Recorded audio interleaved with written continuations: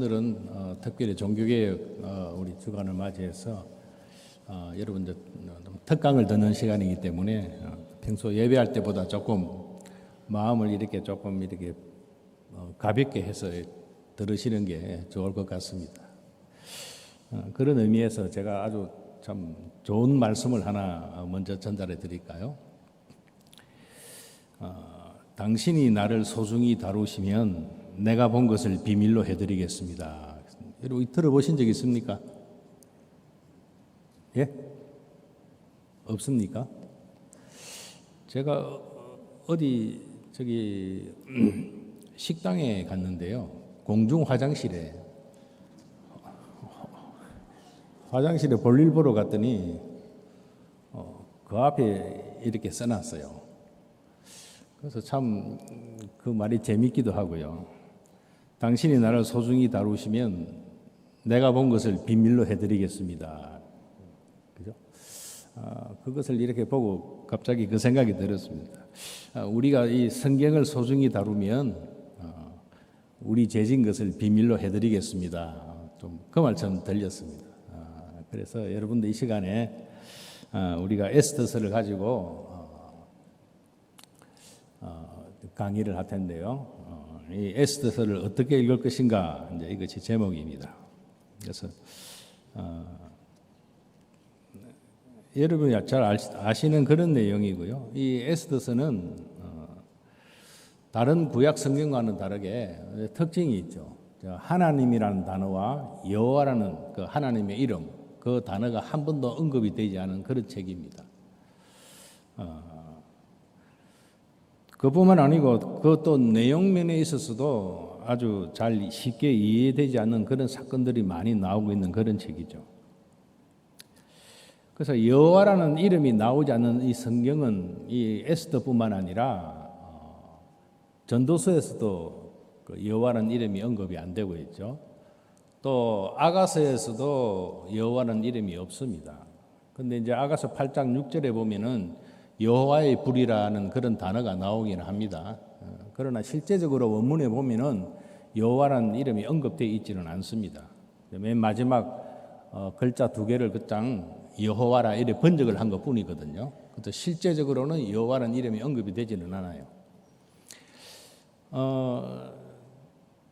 좀 비관적인 그런 내용을 다루는 전도서에서도 하나님이라는 단어가 나오고 또 어쨌든 번역을 그렇게 했지만 이 사랑의 노래를 적은 것 같은 그 아가서에서도 여호와라는 이름이 등장을 하고 있는데 이 에스더서에는 여호와나 하나님이라는 단어가 일체 언급이 되지 않고 있습니다. 그래서 이 책은 초창기에 정경으로 인정될 것인가 하는 데 대해서 상당히 논쟁이 되었던 그런 책이기도 합니다. 그래서 종교개혁자인 루터나 칼빈도 이 에스더서 주석은 쓰지를 않았어요. 그리고 많은 구약학자들이 이 에스더서를 잘 언급을 하고 있지 않는 그런 현실입니다. 그러나 비록 여호와라든지 하나님이라든지 그 단어가 언급은 되고 있지 않지만 그러나 다른 구약의 어떤 책보다도 하나님의 섭리가 잘 나타나 있는 그런 책입니다. 그래서 달리 표현하면은 하나님의 그 오묘한 섭리가 잘 녹아있는 책이다. 그렇게 표현할 수가 있습니다. 여러분, 녹아있다는 표현이 뭡니까? 우리가 설탕이나 소금 녹이면 흔적이 없이 그냥 사라지잖아요. 그죠? 그럼 눈에 안 보인다고 해서 없는 것이 아니고 그 안에 녹아있는 것이죠. 그죠? 그래서 마치 에스더서는 하나님의 그 오묘한 손길, 그 하나님의 섭리가 굉장히 많이 있음에도 불구하고 눈에 드러나지 않게 작용하고 있다. 눈에 드러나지 아니하게 눈에 보이지 아니하는 하나님의 손길이 굉장히 많이 녹아 있는 책이 에스더서다. 이렇게 생각을 할 수가 있습니다. 그래서 우리가 에스더서를 읽을 때 드러나지 아니하는 그 하나님의 섭리를 발견해서 읽을 수 있다고 한다면 다른 구약의 어떤 책보다도 더 오묘하고 또 세세한 하나님의 손길들을 우리가 깨달을 수가 있을 것입니다. 그래서 우리가 무조건 성경은 덮어놓고 믿어라, 읽어라 그렇게 하는데요. 그것이 아니고 일단 믿음이 생겼으면 성경은 아주 꼼꼼하게 왜 이럴까 의심을 가지고 읽어야 됩니다. 그래야 제대로 파악을 하는 것이죠. 그렇지 않고 무조건 이렇게 근성으로 뭐 아멘 아멘 하고 계속 읽다 보면요, 왜 그런지 그런 이유도 모르고 그래서 계속 읽다 보면은 놓치는 부분들이 굉장히 많거든요. 그래서 성경은 하나하나 의심을 가지고 꼼꼼하게 그렇게 읽으셔야 되는 것입니다. 이 에스더서의 전체적인 구조를 보면요, 아마 중심 내용은 하만의 계략과 그 에스더의 지혜, 이제 이 둘 싸움이 이제 시작되는 것이죠. 이 에스더의 중심에 하만의 계략과 에스더의 지혜가 이렇게 들어있는 그 책입니다. 그래서 유다인을 몰살하려고 하는 하만의 계략과 그것을 막으려고 하는 에스더의 지혜가 너무나도 잘 나타나고 있습니다. 그렇기 때문에 이 제목도 에스더고 당연히 이 책의 주인공도 에스더인 것입니다. 이 사건의 중심에선 에스더의 그 활약이 두드러지고 있는 그 본문에서 또 굉장히 많은 분량을 차지하고 있어요. 에스더서가 총 167절인데요. 거기서 에스더라는 그 나오는 단어가 56번이나 나온다고 그래요. 그러면 거의 3분의 1 정도가 에스더라는 그 단어를 언급하고 있는 것입니다. 그래서 이처럼 에스더는 극적인 상황 대조를 이루어가면서 반전 구조를 띠고 있는 아주 독특한 형식의 사건을 다루고 있습니다. 그래서 이 에스더서의 결과로 무엇이 탄생했는가 하면 불임절이 탄생을 했어요. 그래서 지금도 해마다 이 불임절을 지키면서 이렇게 유대인들의 그 희망이 되고 그 에스더서를 기록할 당시에 그때부터 이 불임절을 지켜오는데요. 아마 유대인의 어떤 그 희망의 증거가 되고 상당히 에스더 왕후에 대한 그 지혜와 결단을 기리는 그런 날로 이렇게 새기고 있습니다. 그래서 이 에스더서의 이 감추어진 그 하나님의 섭리를 어떻게 우리가 이해를 해야 될까 제가 곰곰이 생각하다가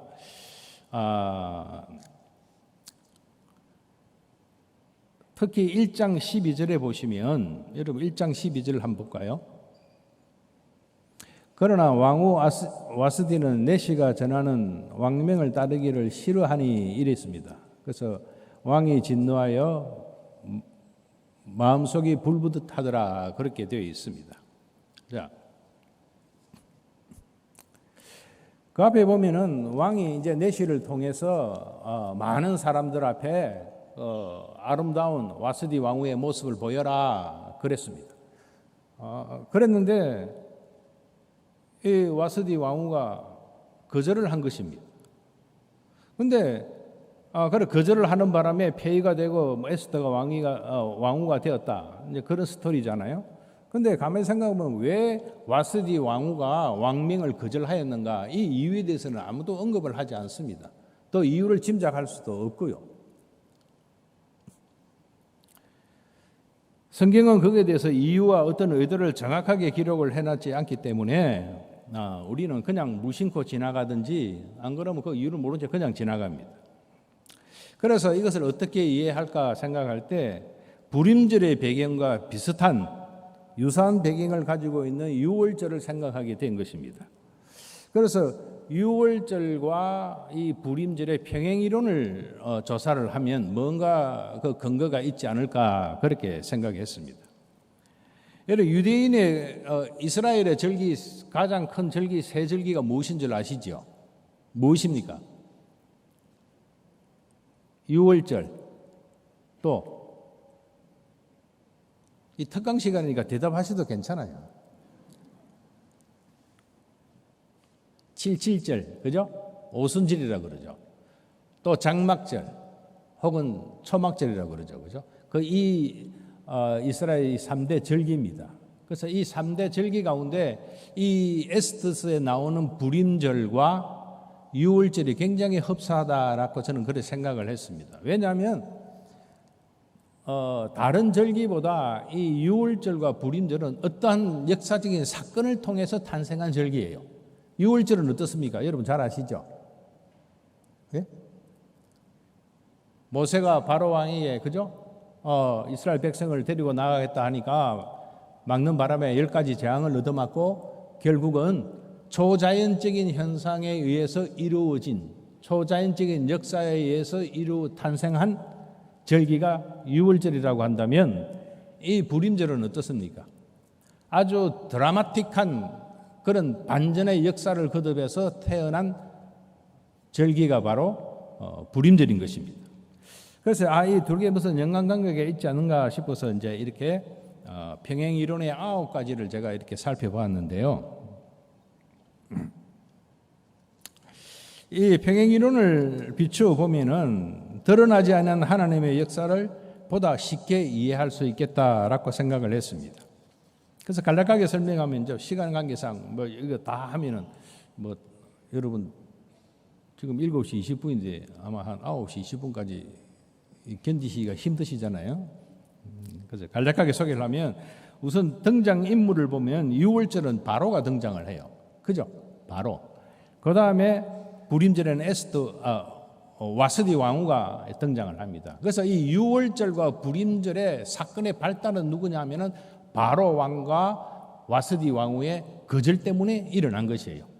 바로가 내 백성을 보내라 할 때 그냥 예 하고 순종했으면 10가지 재앙이 일어나지도 않고 장자를 치는 그런 사건도 일어나지 않고 결국은 유월절도 아마 탄생하지 않았을 것입니다. 마찬가지로 와스디 왕후가 왕이 내시를 보내서 왕 앞에 나오라 했을 때 예 하고 나왔으면 부름질이 탄생할 이유도 없었죠. 그죠? 에스더가 왕후도 되지 않았을 거고. 그죠? 그 다음에 두 번째로 하나님의 역사심이 나타나는데 유월절에는 어떻습니까? 하나님께서 바로를 어떻게 했다고요? 바로의 마음을 어떻게 했다고 그랬습니까? 예? 이쁘게 했다고요? 완악하게 했다 그랬죠. 그죠? 완악하게 했다. 이제 그 결과로 재앙을 10가지나 9가지 재앙, 10가지 재앙을 보고도 마음이 완악해져서 백성을 안 보내는 거지 않습니까? 그러나 이제 부림절에는 그런 것이 생략이 되어 있어요. 분명히 바로 왕을 완악하게 했다 하는 그런 구절이 나오지 않습니까? 그 다음에 이제 보면은 왕명의 전달자가 누구냐면 유월절은 모세고 부림절에는 왕의 명령을 받아서 간 사람이 바로 넷입니다. 그리고 그 명령의 내용은 유월절에는 내 백성을 보내라 이것이었고 부림절은 왕 앞에 나오라 이것이었습니다. 그 다음에 다섯 번째로 하나님의 역사심의 결과로 어떻게 됐냐면 유월절은 하나님의 명령을 거부함으로써 나타났고 부림절은 와스디 왕과 왕명을 거절함으로써 시작된 것입니다. 그래서 그 때문에 극적인 사건이 일어나는데요. 유월절은 이제 10가지 재앙인 초자연적인 현상이 일어나기 시작을 하고 그 다음에 부림절은 그때부터 드라마틱한 그런 반전이 시작이 되는 것입니다. 그러고 그 결과로 민족의 해방이 되는데요. 유월절은 이스라엘의 해방이 되고 부림절은 유다인이 구원을 받는 것입니다. 그로 인해서 이제 절기가 탄생하죠. 유월절이 탄생을 하고 부림절이 탄생을 하고 그리고 맨 마지막에 그 두 절기는 영원한 규례가 되는 것입니다. 그래서 기념일로 지키라 할 것을 출애굽기 12장 42절에 유월절을 기념일로 지키라라고 분명히 명시되어 있고 에스더서 9장 28절에도 그 부림절로 기념일을 지킬 것을 명하고 있는 것입니다. 그래서 이 9가지 항목을 보면은 굉장히 유월절과 부림절이 굉장히 유사한 형식을 띠고 있다 하는 것입니다. 그래서 우리가 9가지 항목을 자세히 다루기 전에 우선적으로 이 히브리어 단어 하나를 제가 굳이 설명을 드려야 되는데요. 뭐 이거는 어쩔 수가 없습니다. 그래서 에스더서 1장 12절에 보면은 와스디 왕후가 왕명을 따르기를 싫어하다는 그 표현이 있잖아요. 그죠? 이 싫어하다는 이거를 히브리어로 마엔이라고 그래요. 마엔. 이 사건의 발단 동기가 뭡니까? 아수르 왕이 수상궁에서 즉위를 하고 3년이 지난 후에 모든 지방관들과 신하들 다 모았습니다. 그래서 잔치를 베풀었어요. 이제 왕이 되고 3년 만에 이제 이렇게 잔치를 베풀었는데 여러분 잔치가 자그마치 얼마 동안 베풀었습니까? 180일, 6개월 동안 잔치를 했어요. 6개월 동안. 그 규모가 엄청나겠죠, 그죠? 6개월 동안 잔치를 했단 말이죠.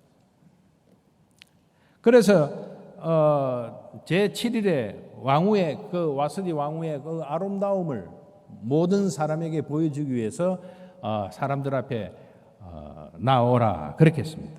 그러나 어찌된 영문인지 왕후는 왕의 명령을 거절하고 그로 인해서 왕의 진노를 사게 되었습니다. 그래서 이 마엔이란 이 단어를 보면은 이 번역이 약간 좀 특이하게 번역이 된 것 같아요. 보통 이 구약 성경에서 마엔이란 단어를 용례를 살펴보면은 종종 율법을 준행하기를 거절할 경우 마엔이란 단어를 쓰고 또 회개하기를 거절할 때 또는 하나님의 명령을 거부하거나 거절할 때 그런 단어를 쓰고 그리고 우리가 유월절을 알아봤잖아요. 출애굽 당시에 바로가 이스라엘 백성을 놓아주기를 완강히 거부했다 할 때 그 마엔이란 단어를 동일하게 쓴 것이죠. 그래서 이 마엔이란 단어를 쓴 것을 보면 유월절에서 바로가 하나님의 명령을 완강히 거부할 때 쓴 단어와 또 와스디 왕후가 왕의 명령을 받아들이지 아니하고 완강히 거부할 때 쓴 단어가 똑같은 마엔이란 단어를 썼는데 출애굽에서는 완강히 거부했다고 이렇게 표현을 하고 여기는 거는 싫어하다고 표현을 했어요. 좀 약하죠, 그죠? 안 약합니까? 네? 완강히 거부하는 거하고 그냥 싫어하는 거하고 다르잖아요, 그죠? 그죠? 그래서 이 마엔이라는 단어가 히브리어 이 마엔이라는 단어가 유독 에스더에서만 이렇게 약하게 번역이 되어 있는 것입니다. 이 출애굽기 7장 14절에 동일하게 쓰여진 이 마엔이라는 단어를 비교해 보면 아하수에로 왕의 명령을 왕후가 단순히 싫어하는 것을 넘어서 어떠한 상태였는가 하는 것을 짐작할 수가 있겠죠, 그죠? 그냥 앞에서 나와서 인사해 그러니까 아니 나 싫어요 이 정도가 아니란 말이죠. 바로 왕이 이스라엘 백성을 보내라 할 때 완강하게 난 죽어도 못 보내겠습니다 할 정도의 그 정도 감정을 가지고 거절을 했다는 것이죠.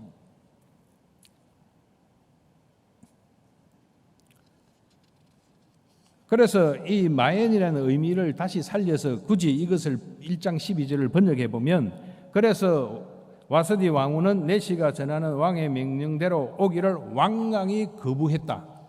이 표현이 맞는 것이에요. 그것이 맞는 것이 왜 그러냐 하면은 이 마엔이란 이 단어를 문법적으로 풀이를 하면은 능동 강조형이에요. 강조형. 강조하는 의미가 있단 말이죠. 그래서 이 강조형으로 히브리가 되었을 때는 그 적절한 단어가 문맥에 따라 적절한 단어 부사겠죠, 그죠? 이것을 그 문맥에 맞도록 그냥 표현을 하면 돼요. 그래서 만약에 와스디 왕후가 경상도 여자라 같으면 번역할 때 억수로 거부했다. 오기를 억수로 거부했다. 전라도 같으면 허벌나게 거절했다. 이런 식으로 번역해도 된단 말이에요. 하여튼 그냥 거절하고 싫어 아니고 허벌나게 내지는 억수로 이런 그런 부사를 넣어서 해석을 해야 될 그럴 단어란 말이죠. 근데 그냥 싫어했다는 것이죠. 근데 이유도 설명이 안 돼 있죠. 와스디 왕후는 왜 왕의 부름에 응답하지 않았을까? 이것이 주목할 부분이다 이것이죠. 그 전날에 컨디션이 안 좋아가지고 좀 나오기 싫었던지 안 그러면 그날 저녁에 라면을 끓여 먹고 자가지고 그냥 눈이 부어가지고 나오기가 좀 창피해서 안 나왔던지 안 그러면 그날 저녁에 아하수르 왕하고 개인적인 일로 다투어가지고 꼴보기 싫어가지고 나가기 싫어해서 안 나왔던지 여러 가지 사정이 있을 거란 말이죠. 그러나 어떠한 상황이 되었든 간에 인도로부터 구스 땅까지 127지방을 다스리는 왕으로서 저기 3년 만에 대대적인 잔치를 180일 동안 벌리는 그 자리에서 많은 사람들 앞에 왕의 명령을 거절했다. 이것은 그야말로 살아남을 수가 없는 일은 그 이유가 어떻든 간에 그것이 있을 수가 없는 일이었죠. 그죠? 그런데 그런 걸 잘 아는데 무슨 이유인지를 적혀놓지 않았지만 와스디 왕후가 왕의 명령을 어기고 나오지 않았다. 이거는 쉽게 이해가 되지 않는 부분이다 이것이죠. 우리는 안 나왔다 쓰니까 싫어한다니까 싫어서 안 나왔는가 보다. 그래서 폐위됐는가 보다. 이렇게 쉽게 넘길 일이 아니라 이 말이죠. 그래서 사건의 발단은 뭡니까? 이 마행 때문에 나온 거거든요. 결국 와스디 왕후가 왕의 명령을 완강히 거부한 것 때문에 이제 사건의 발달이 시작이 되고 그 이후로 결론적으로 불임절이 탄생하게 되었던 것입니다. 그래서 이 배경이론의 9가지를 보면 첫째 등장인물을 제가 바로와 와스디 왕후를 이야기했죠. 유월절의 탄생의 시발점은 바로 왕의 거부부터 시작되었고 불임절의 탄생은 와스디 왕후의 거절로부터 시작된 것입니다. 그래서 하나님께서 여러분 출애굽기 9장 16절에 이런 구절이 있습니다. 그러나 내가 이렇게 너를 세웠음은 너는 바로를 이야기하는 것입니다. 나의 능력을 내게 보여주고 내 이름이 온 땅에 전파되게 하려 함이라. 하나님께서 바로 왕을 세우신 이유는 하나님의 이름이 온 땅에 전파하기 위해서 바로 너를 세웠다 이 말이에요. 이해가시죠? 반면에 이걸 이제 유월절과 불임절은 평행이론이라고 그랬잖아요, 그죠? 그렇다면 와스디 왕후를 세운 이유에 대해서는 바로 왕을 세운 것처럼 그 이유를 명확하게 설명을 하고 있지 않습니다. 그러나 유월절의 평행이론에 맞춰 보면은 바로 하나님께서 바로를 어떤 목적을 두고 하나님께서 바로를 세운 것처럼 그와 마찬가지로 와스디 왕후를 하나님께서 세운 것입니다. 에스더서 1장 9절에 보면 와스디 왕후도 아하수에로 왕의 궁에서 여인들을 위하여 잔치를 베풀었다. 이제 이렇게 되어 있습니다. 그래서 바로나 와스디 왕후는 하나님의 어떤 뜻에 의해서 하나님의 어떤 목적에 의해서 두 사람이 지금 세움을 받았다라고 하는 것을 우리가 알 수 있는 것입니다. 자, 이제 그 두 번째 항목이 매우 흥미로운 점인데요. 여기서 이제 드러난 하나님의 역사가 있고 감추어진 하나님의 역사가 있는 것입니다. 출애굽기에서는 어떻습니까? 바로의 마음을 완악하게 또는 완강하게 역사하신 하나님의 손길이 분명히 기록되어 있지요. 그죠? 바로가 왜 그 이스라엘 백성을 낳아주기를 완강하게 거부했습니까? 이유가 뭡니까? 뭐 때문에 그랬습니까?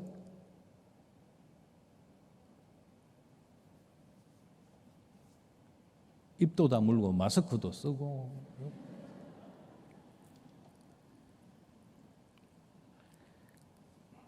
출애굽기 4장 21절에 있죠. 그러나 내는 여호와를 이야기하는 거예요. 내가 그의 마음을, 그는 바로예요. 그래서 푸르삼은 내가 여호와가 바로의 마음을 완악하게 함으로 그가 백성을 보내지 아니할 것이다. 그죠?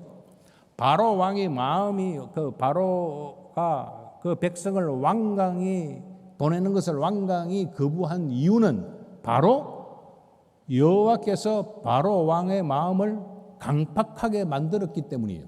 그렇잖아요, 그죠? 그걸 위해서 세웠단 말이죠. 그런데 사람이 아무리 강심장이라도 한두 번 하나님의 재앙을 보면은 여기서 예 하고 손 안 들 사람 누가 있겠습니까? 그런데 끝까지 10가지 재앙을 볼 때까지 바로의 마음이 변하지 아니하고 그대로 강팍해지도록 하나님의 명령을 거절할 수 있도록 그 마음을 강팍하게 만든 이가 바로 하나님이시다. 왜요? 하나님의 10가지 재앙을 보여줌으로 해서 하나님 여호와께서 진짜 진정한 하나님이다, 참 하나님이라는 것을 보여주기 위해서 바로를 사용을 하신 것입니다. 자, 그러면은 선하신 하나님께서 어떻게 사람 마음을, 가만히 있는 사람은 선한 마음을 그 해코지를 해가지고 이렇게 완악하게 만들 수가 있느냐? 그건 하나님 책임이 아니냐? 뭐 여기에 대해서 많은 또 의구심도 있고 또 그렇게 뭐 주석을 달기도 하기도 합니다. 그러나 선하신 하나님께서 가만히 있는 사람의 마음을 해코지를 해가지고 강팍하게 만들어가지고 거절하게 만든 성경은 그렇게 표현이 되어 있고 되어 있지만 실제로는 어떤 상황이냐 하면 사람은 태어날 때부터 우리가 죄를 갖고 태어나잖아요. 그렇죠? 그래서 사람 마음은 저절로 악하단 말이죠. 여러분 이 주보를 제가 받치고 있으면 있는데 제가 손을 놓으면 어찌 됩니까? 이러면 떨어지겠죠, 그죠? 그죠? 내가 이래 내 패득이 안 쳐도 그냥 내가 받쳐주지 아니하면 저절로 떨어지는 것이에요. 바로 왕의 마음도 그렇다면 하나님께서 받쳐주시지 아니하고 그냥 빼버리면 완악하게 되는 것이에요. 본연의 상태로 놔주는 것이에요.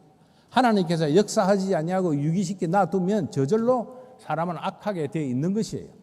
그래서 그 표현을 완악하게 했다, 강팍하게 했다라고 표현을 한 것이지 선한 사람을 그냥 그 순진한 바로를 갖다가 하나님께서 그냥 마음을 해코지를 해도 나쁜 놈으로 만들어 가지고 이렇게 한 것이 아닙니다. 그 하나님의 속성에 위배되는 것이죠.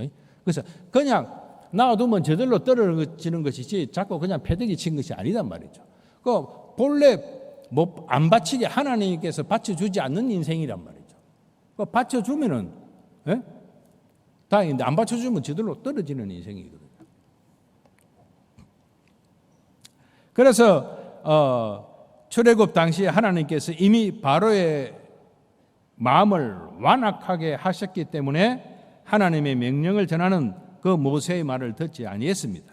만약에 하나님께서는 바로의 마음을 완악하게 하지 않았더라고 한다면 10가지 재앙을 통해서 하나님의 표징을 나타내실 수가 없죠. 하나님께서 왜 능력이 모자라서 바로 왕에게 10가지 재앙을 보냈겠습니까? 한 번만이라도 항복시킬 수 있는 분이에요. 그럼에도 불구하고 10가지 재앙을 낸 이유가 있단 말이죠.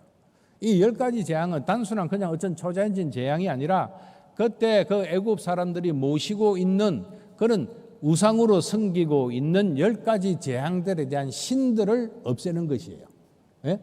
파리를 주관하는 걸, 뭘 주관하는 걸, 뭘 주관하는 그 주관하고 있는 그 우상들을 다 하나씩 제거하는데 그 의미가 있었던 것입니다. 그래서 너가 지금 우상으로 섬기고 있는 신들 봐라. 전부 다 내 앞에서 다 꼬꾸라지지 않느냐.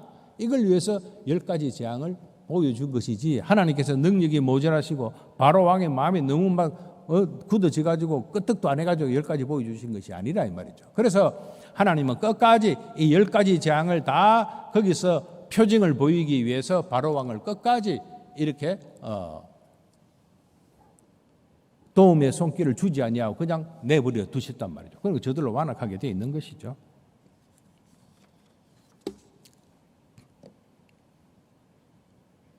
자, 출애굽기 10장 1절에 보면은 10가지 재앙 중 8번째 해당하는 메뚜기 재앙이 내리기 직전에 하나님께서 바로와 그의 신하들의 마음을 완강하게 하신 목적을 자세하게 설명을 해주고 있습니다. 출애굽기 10장 1절이거든요. 내가 그의 마음과 그는 바로의 그의 신하들의 마음을 완강하게 한 것은 내가 그들 가운데 이 같은 표징을 두기 위함이라. 다 하나님께서 선하신 뜻하신 그 목적이 다 있었다는 것이죠. 그래서 6월절이 탄생하게 됐는데 이처럼 출애굽기에서는 바로의 마음을 완악하게 한 기록들이 하나님의 역사하셨다 하는 그 기록들이 출애굽기 10장 1절에 분명히 나타나 있는 반면에 에스더서에서는 이 부분에 해당되는 표현이 전혀 기록되어 있지 아니한다 이것이죠. 그러나 추론할 수 있는 것이 비록 기록은 되지 아니했지만 하나님께서 바로의 마음을 완악하게 하신 것처럼 와스디 왕후의 마음도 하나님께서 완악하게 하셨을 것이다. 그리 안 하고야 갑자기 왕이 나오라는데 180일 잔치라 그 큰 잔치에 그 얼굴을 나타내지 않고 난 싫어 할 이유가 없다는 것이죠. 미루어 짐작을 하는 것입니다. 그렇게 추론할 수 있는 것은 와스디 왕후가 특별한 이유나 아무런 이유 없이 왕명을 거부하기 때문입니다. 이것은 바로의 마음을 완강하게 하신 특별한 이유는 없지만 목적은 분명했습니다. 그것은 바로 표징을 보이기 위함이었다 하는 것이죠. 익히 알고 있듯이 와스디 왕후가 왜 왕명을 강하게 거부했는가? 난 그 기록은 전혀 나타나 있지 않습니다. 그래서 이 결론적으로 하나님께서 바로의 마음과 와스디 왕후의 마음을 완악하게 역사하심의 결과로 그들 모두가 왕의 명령을 강하게 거부하게 된 것이다. 다만 바로의 마음을 완악하게 하신 것은 드러나게 역사하신 반면에 와스디 왕후의 마음을 완악하게 하신 것은 드러나지 아니하게 하나님께서 역사하신 걸로 볼 수 있다. 그 제 이론입니다. 그래서 드러나지 않는 하나님의 역사하심을 이 출애굽기 바로의 경우에 비추어서 추측을 해보면 다음과 같이 표현할 수 있습니다. 즉 에스더서 1장 12절을 출애굽기 4장 21절과 같은 형식으로 표현을 굳이 해보자면 이렇게 기록할 수가 있겠죠. 그래서 내시가 전하는 왕의 명령대로 오기를 완강히 거부했다. 그리하여 왕이 매우 진노하여 분노가 속에 불타웠다. 이랬는데 그 이전에 이제 생략된 부분을 하나 첨가할 수 있는 것이 그러나 여호와께서 와스디 왕후의 마음을 완악하게 하셨다. 그래서 왕의 명령대로 거절을 했다. 이것이 자연스럽지 않겠습니까? 그죠? 그래서 이렇게 드러나지 않는 부분을 첨가해서 우리가 읽게 된다면 와스디 왕후가 왜 왕의 명령을 완강히 거부했는가 하는 것을 쉽게 알 수가 있다 하는 것입니다. 그래서 이 와스디 왕후의 왕의 명령의 거절에 있어서 아무렇지도 않은 것이 아니고 결국 그것은 하나님께서 그 왕후의 마음을 완악하게 하셔가지고 왕의 명령을 거절하게 만들어서 결국은 폐위를 하게 하고 그 결과로 에스더가 왕후가 되기 위한 그런 방편으로 하나님께서 역사하셨다라고 보는 것이 전체적으로 그 내용의 흐름이 아주 매끄럽게 되어가는 것입니다.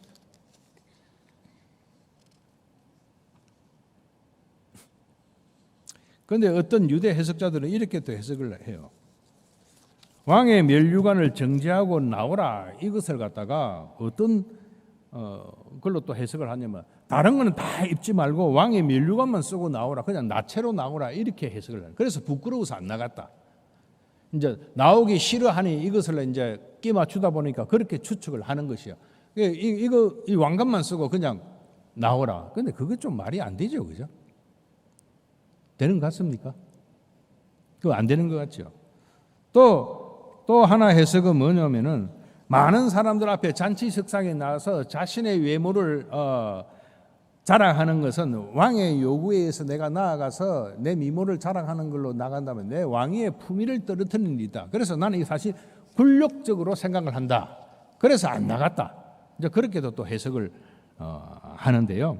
그런데 일부 고대 유대 해석자들이나 현대 해석자들의 해석은 너무 주관적인 해석을 한 것 같아요. 왜요? 도저히 왕의 명령을 거절하고 안 나올 수 없는 자리인데 거절을 하다 보니까 그만한 이유를 자꾸 추론을 하는 것이에요. 그러나 이런 추론보다도 방금 제가 말씀드린 보이지 아니하는 하나님의 섭리가 있었다. 하나님께서 와스디 왕후의 마음을 완악하게 만드셨기 때문에 그냥 왕의 명령을 거절하게 된 것입니다. 저는 그것이 첫째로 하나님의 섭리가 작용을 했다. 하나님의 역사하심, 즉 보이지 아니하는 하나님의 손길이 닿았다라고 저는 그렇게 해석을 하고 싶습니다.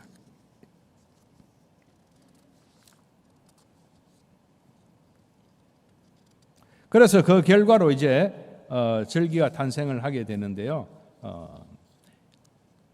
우리 시간 관계상 이렇게 좀 단언하기가 좀 힘들 것 같고요. 그래서 이제 마지막으로 이 절기가 탄생함으로써 이제 영원한 규례로 계속 지키라 하는 이 명령이 똑같이 내려옵니다. 그러나 이제 이 병행 이론 이외에도 또 여러 가지 사건들이 있습니다. 도저히 이해할 수 없는 사건들. 첫 번째가 뭐냐면은 4년 동안 왕후의 자리가 비었다는 점이에요. 와스디 왕후가 폐위가 되고 나서 에스더가 왕후가 될 때까지 그 기간이 무려 4년이 걸렸단 말이죠. 그런데 그 왕후의 자리를 공식적으로 4년간 비워둔다는 것은 사실 좀 이해가 안 가는 부분이지 않습니까? 와서디 왕후가 폐위된 이후에 차기 왕후에 대한 언급이 전혀 없다가 갑자기 4년이 지난 후에 왕의 측근 신하들이 후궁에 대해서 언급을 하기 시작을 합니다. 그래서 에스더가 등장을 하게 되고 비로소 왕후를 간택할 절차가 이루어지게 되는데요. 왜 4년 동안 말이 없었을까? 보통 이 국무 자리를 비워두는 건 오래 안 비우잖아요, 그죠? 신하들이 여러 번 상서도 올렸을 때고 빨리 국무 자리를 비우면 안 됩니다. 내지는 뭐 이래 했을 텐데 4년이 지난 후에 했다 하는 것은 이것도 아마 하나님의 섭리 가운데 하나다라고 저는 그래 생각을 하고 싶습니다. 왜 그랬을까 하면은 에스더가 가장 아름다운 모습으로 성장할 때까지 하나님께서 기다리시지 않았는가?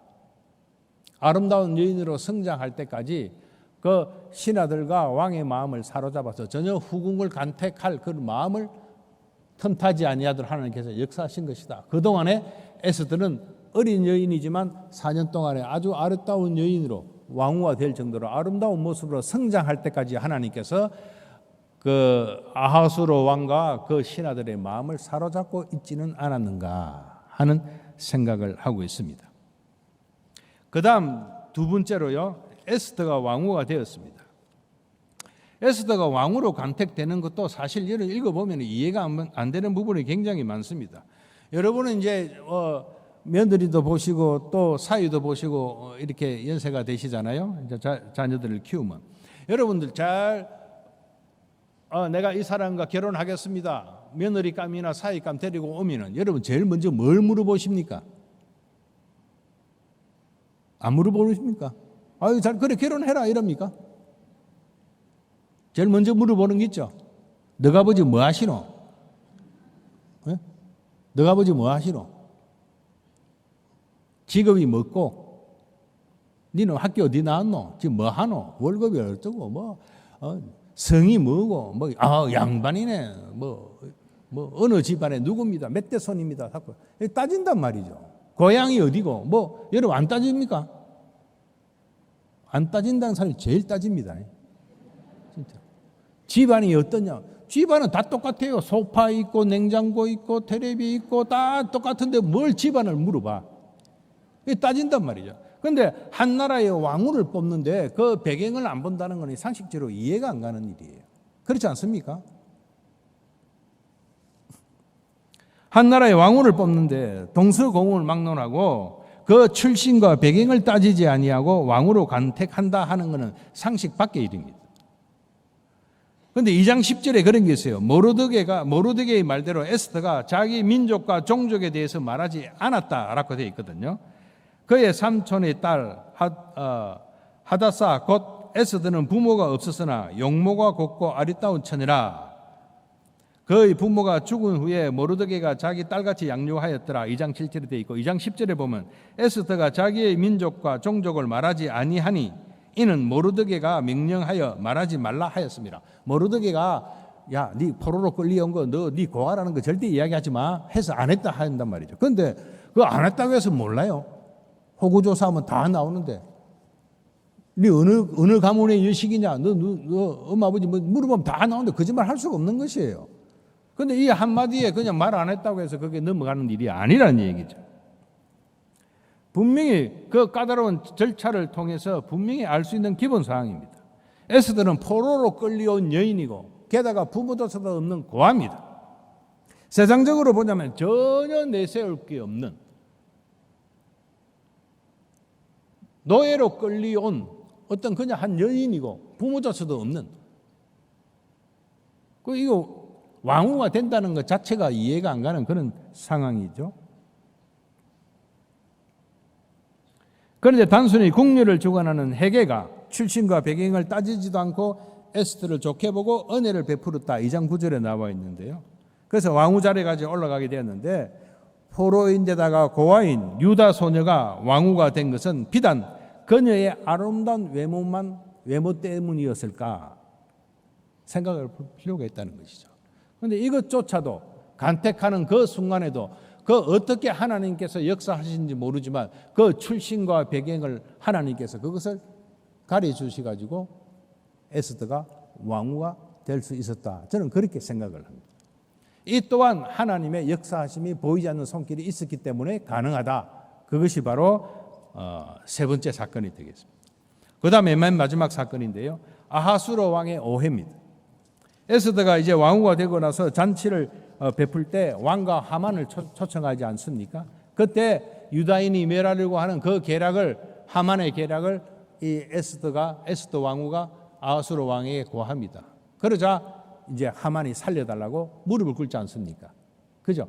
그때 아하수로 왕이 이제 붕괴를 해서 너무 열이 받아가지고 잠시 머리 식히려고 문 밖에 나간 사이에 하만이 살려달라고 왕후가 앉은 걸상에 엎드려서 자기의 생명을 구걸했다라고 7장 7절에 그렇게 되어 있습니다. 그래서 잔치 자리에 머리 좀 식히고 왕이 다시 오다 보니까 하만이 왕후가 앉아있는 걸상 그 무릎에 고개를 숙이고 있거든요. 살리달라고. 그런데 이것을 왕이 어떻게 봤는지 이놈이 왕후를 감히 겁탈한다라고 그렇게 오해를 한 것이에요. 그래서 이제 장대에 매달려 죽었지 않습니까? 하만이. 그런데 이러한 상상을 해봅시다. 아니 왕후의 초청을 받아가지고 왕궁에 들어가가지고 왕이 있는 자리에서, 왕만 있습니까? 저 밖에 병사들도 다 있을 거고 왕후가 있고 이런 자리에서 자기가 이제 계략을 꾸미기 들통 나가지고 목숨이 위태로워진 상황에서 어떻게 에스더 왕후를 겁탈하려고 생각이나 했겠습니까? 지금 살기도 바쁜 시절에. 그죠? 그런데 아하수로 왕은 그걸 장면을 보고 엉뚱한 생각을 하는 거. 왕비를 겁탈하려고 하네? 전혀 상황이 안 맞잖아요. 설사 겁탈한다고 해도, 하려고 했다 하더라도 그 상황이 안 맞기 때문에 내가 좀 오해했는가 보다 이렇게 생각하기 쉬운데 전혀 그런 상황이 아닌데 이놈이 왕비를 겁탈한다고 장대 맞아서 죽였단 말이죠. 그 아하수로 왕이 그렇게 오해하게 된 것이 과연 그것이 그냥 일반적으로 우리가 읽을 때 이해되는 부분인가 하는 것이죠. 그 상황이 그런 상황이 아니다 이것이죠. 그런데 어찌 그걸 겁탈한다고 생각하는 게 그게 참 신통방통한 생각 아닙니까? 그래서 결국 하만은 장대에 목이 달려서 이제 죽게 되는 것이죠. 이것 또한 하나님께서 아하수로의 왕의 눈을 가려가지고 하나님께서 역사하셨다. 저는 그렇게 봅니다. 그래서 전혀 그런 장면이 아닌데도 불구하고 하나님께서는 그렇게 아하수로의 왕의 마음을 갖다가 사로잡아가지고 겁탈한 것으로 보여지게끔 해서 하만을 목매달게 만들었다. 거기서 하나님의 섭리가 작용이 했다라고 저는 그렇게 생각을 하고 있습니다. 그래서 아하수로 왕을 하나님께서 바로의 마음을 완악하게 하신 것처럼 역시 아하수르의 왕의 마음을 사로잡아서 오해를 하게 만들었다. 저는 그렇게 봅니다. 여러분 어떻습니까? 이제 시간이 다 됐는데요. 제가 지금 네 가지를 말씀드리는데 어떻게 좀 이해가 되십니까? 그럴듯합니까? 예? 전혀 터무니없다라고 느끼지는 아니하시죠? 예, 그러면 됐습니다. 자, 그래서 에스더서는 하나님의 이름이 언급되지 않는다고 해서 하나님의 역사하심과 절대로 무관한 책이 아닙니다. 단지 그 역사하심이 드러나지 않을 뿐입니다. 오히려 에스더서는 하나님의 섭리라는 교리를 강하게 지지하고 예정해 주는 그런 책입니다. 그래서 에스더서는 의도적으로 하나님의 역사하심을 감추고 있습니다. 이로 인해서 오히려 더 깊은 하나님의 섭리를 깨달을 수가 있게 되는 것이죠. 성경에는 많은 장르가 있듯이 에스더서는 하나님의 이름을 직접적으로 언급하지 않은 상태에서도 하나님께서 모든 나라와 역사를 주관하시는 하나님의 섭리를 깨달을 수 있게 하는 아주 독특한 장르다. 이렇게 이야기할 수가 있습니다. 자, 이제 말씀을 맺겠습니다. 여러분, 우리가 이제 에스더서를 이제 읽을 때 눈에 보이는 것과 함께 보이지 않는 것도 읽어야 하나님의 오묘한 역사하심을 진정으로 깨달을 수가 있습니다. 이것이 바로 에스더서의 매력입니다. 지금 이 순간에도 언제 어디서든지 하나님께서 택한 백성을 보호하시고 인도하고 계시는 보이지 않는 하나님의 손길이 있음을 에스더를 통해서 우리는 다시 한번 깨닫게 되는 것입니다. 부디 깨닫는 은혜가 있기를 주님의 이름으로 축원합니다.